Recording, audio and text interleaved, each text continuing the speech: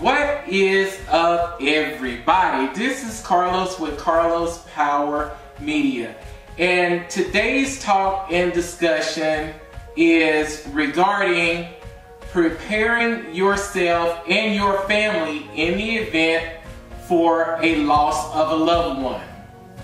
Preparing yourself. Now, I was asked by one of my family members to actually do a talk and discussion regarding this particular topic.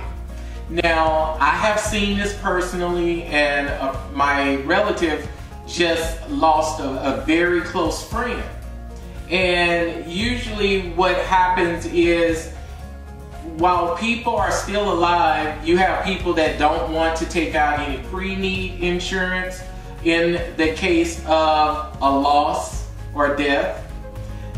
You don't have people that have a will or a living will or even a power of attorney. And today's talk and discussion is going to be talking about a few of those things. Now, in the event, those of you who have not done so, it is very important for you to get a power of attorney in case if something happens to you. Let's say, for example, if you have a family, husband and wife and children, that husband and that wife needs to have a durable power of attorney for the family, or a living will or things like that, or just documentation to show that in the event if something happens to a loved one or a family member, you will be able to, have some type of documentation to show to act on their behalf. Now, I'm not giving you legal advice. I'm not your attorney. I am just letting you know that in the event if something happens and you can't provide any of those type of documents, you're gonna have a lot of problems on your hand. I just seen this just within this past week. I've just seen it. And I've seen it on many occasions. The same thing. I remember when one of my sisters lost her husband, she ran into that same problem and had to go through a probate court, because the person didn't leave a will, the person didn't have a power of attorney, and it just made everything so crazy. Seriously. So if you're single, make sure you have a best friend, somebody who you can truly trust, a family member, or of somebody who you can truly trust to be able to handle those things in the event if something happens.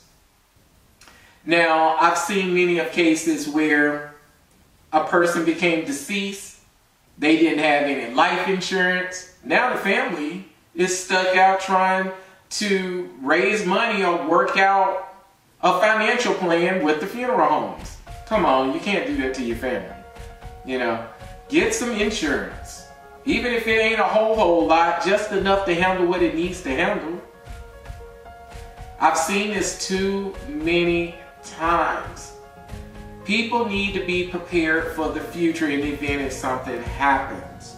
Also, having that living will in the event if you became incapacitated or something happened, you have someone to act on your behalf during those type of events.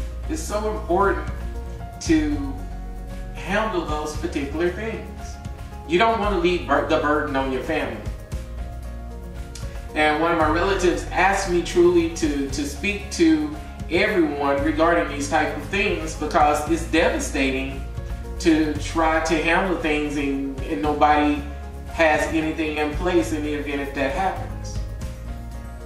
So some of the things that are very important is to have a durable power of attorney, a living will, a living trust in most events as well. Those power of attorneys are very important, so that person can act on your behalf for financial things, for tax things, and so many other things.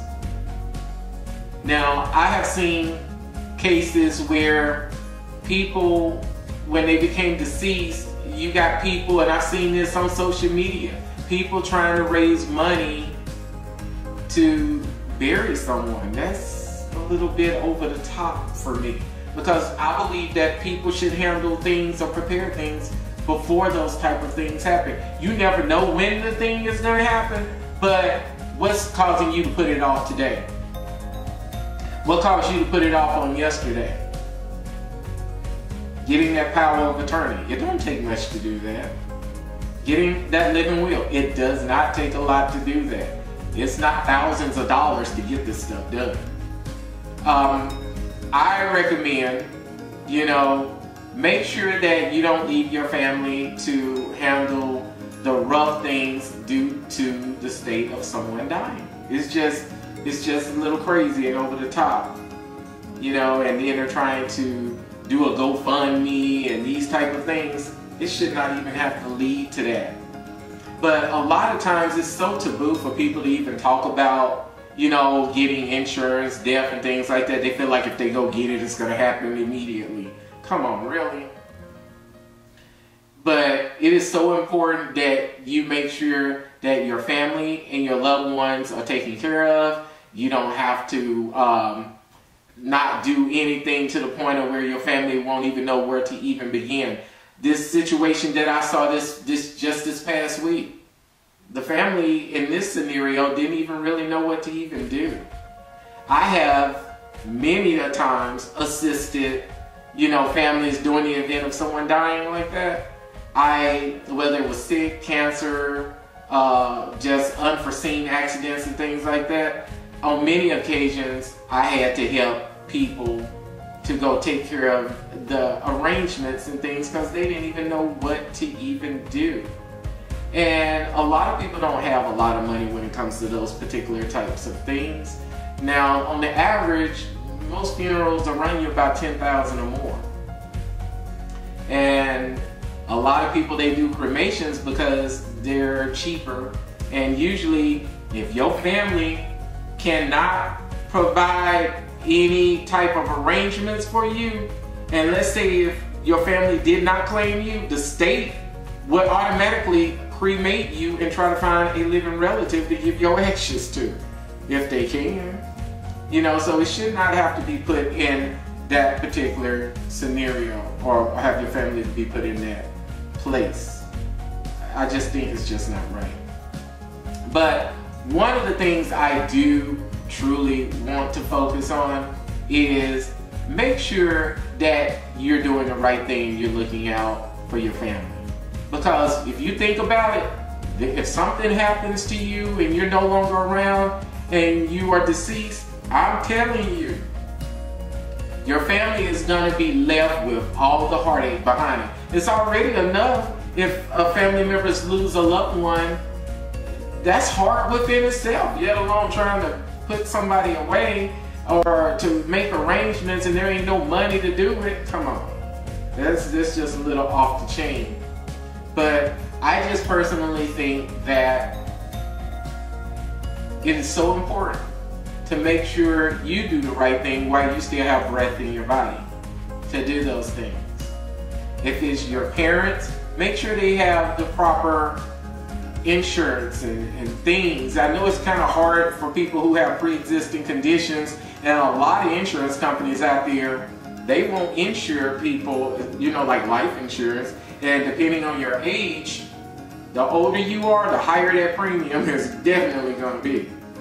So it's just good to get it right now. For those of you who are young, go ahead and get it. It's cheaper while you're at a younger age. But when you start to grow, you have whole life versus term life. And that term life is going to happen over a course of a period of years, and then it'll have to be renewed or rebought. But your whole life is that one flat amount that you're paying on for any time, during whatever age you are. But it's important to have that. So think about it. You need whole life insurance or term life insurance. You have to weigh that out. Some term lives go over a period of 10 years.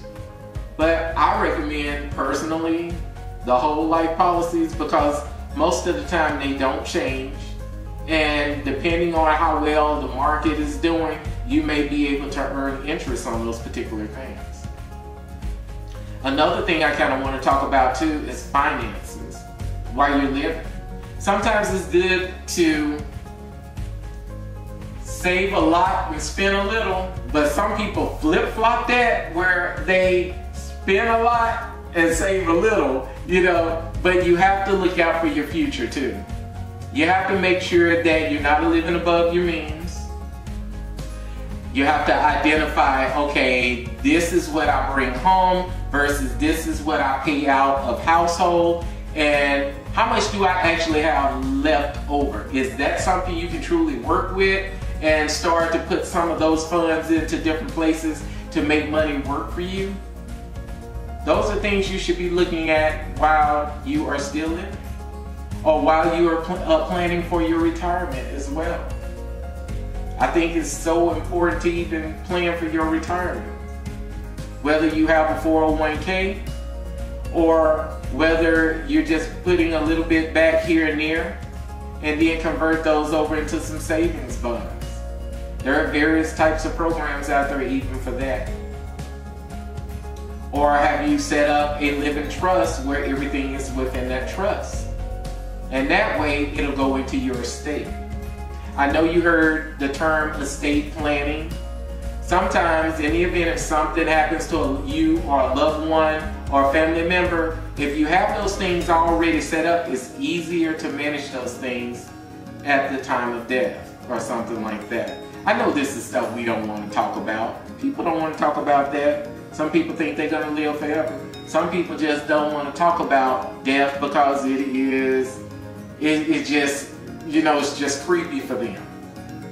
But you have to make sure everything is taken care of from a financial perspective, from a documentation perspective, from a power of attorney perspective. Think about it. I'm serious. Think about this. Think about it. Right now, hypothetically speaking, if something was to happen, what would your family have to do? Do you physically have something in place that they can just pick up? Because they're going to be grieving over you anyway. Or are you going to be grieving over them? But is there something in place to make that grieving process a little less painful? Because it's one thing to grieve, but it's another thing while you're grieving and ain't no money there. Come on. When you don't have no money, come on. It makes things so much worse. Trust me, I've seen it, I've experienced it, I've seen it in my own family, and I've seen it in other people's families. So you really have to think about the things you need to have in place. But remember, power of attorneys, a durable one is a really good one, because there's so many things that the person you leave as your power of attorney can do. In regards to 401ks, savings, banks, different things like that. If you have to go to the doctor, a DOR, all of these type of things, you can do that with those so that you can handle the financial responsibility and act on that person's behalf over so many various things. A living trust, your house, your cars, your rental properties, if you're a business owner, come on, oh my God. Think about it, there are other people that are involved in that. If you're a business owner and you have 10, 20, 30 employees or more, I'm telling you, it's going to impact them too. You have to make sure things are put in place appropriately. But I just kind of wanted to do this talk and discussion today because I was asked to. You know, so I want to kind of drop this by your way so you can hear this, because a lot of people don't want to talk about this kind of stuff. As soon as something happens, everything goes haywire. I've seen it so many times. And one of my relatives seen it just this past week. So go ahead and comment below if you like. Hit that subscribe button. Go ahead and subscribe to this channel. I have so many wonderful talking discussions that are coming your way. Do the right thing. This is Carlos with Carlos Power Media. And see you.